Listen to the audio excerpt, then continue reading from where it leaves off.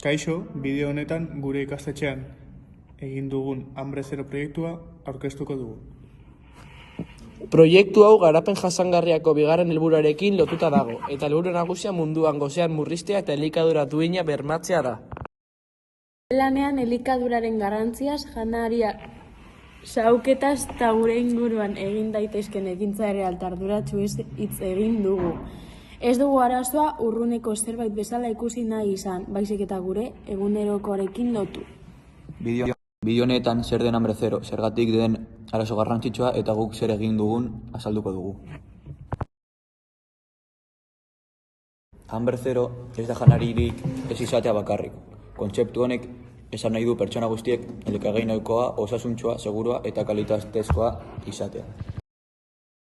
Gaur egun munduan jaren nahikoa ekoizten da, baina hala ere, milioika pertsonak gozea basatzen dute. Horrek erakusten du arazoa ez dela produkzio falta, baizik eta banaketa eta sarbide arazoa. Arazo honen atzean hainbat faktore daude: pobrezia, gerrak, krisi ekonomikoak, klima aldaketa eta baliabideen kudeaketa txarra. Gainera beste arazo handi bat dau, janari xahuketa. Herrialde askotan janari asko botatzen da egoera honean egon arren. Horrek kontraste handia sortzen dau. Leku bakoitzaren soberakina dagoelako eta beste batzuetan falta. Horregatik helburua funtsezkoa da eta gizarte osoaren inplikazioa behar du. Proiektu hau aukeratu dugu gure egunerokoarekin lotuta zuzena dauelako. Deno jaten dugu egunero, baina askotan ez dugu pentsatzen nondik datorren janaria edo zenbat baliabide behar diren ekoizteko.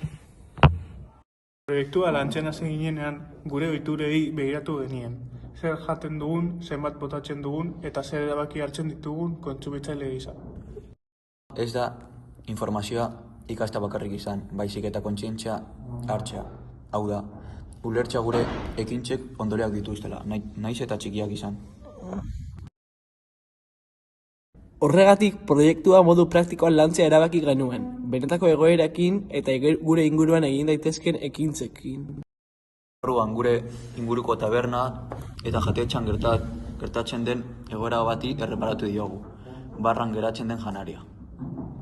Argi utzi nahi dugu ez dugula jada bezeroei zerbitzuetako edo manipulatuta dagoen janaria erabiltzea planteatzen. Gure proposamena egunean zehar saria aprobetxatzea da. Janari hori askotan egun amaitzean botatzen da, nahiz eta kontsumitzeko egokia izan. Horrek janaria xahuketa handia sortzen du. Gure ideak proposatzen du soberakin horiek gizarte erakundeen bidez bideratzea, hala nola elkartak, janari bankoak edo jantoki sozialak. Modu horretan elikagaien segurtasuna bermatzea da eta arauak errespetatzen dira. Honek bi helburu ditu. Alde batetik janari xahuketa murriztea eta bestetik behar duten pertsonei laguntzea modu arduratsuan. Ez da improvisatutako ekintza bat, baizik eta arduraz pentsatutako proposamena.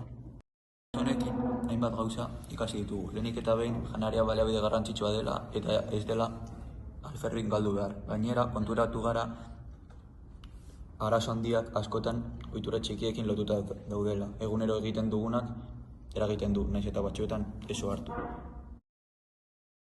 Proiektu honek gure pentsatzeko modua aldatu du eta orain arduratsuagoak izaten saiatzen gara. Proiektuak erakutsi digu arazo global bat tokiko ekintzeekin ere landu daitekela.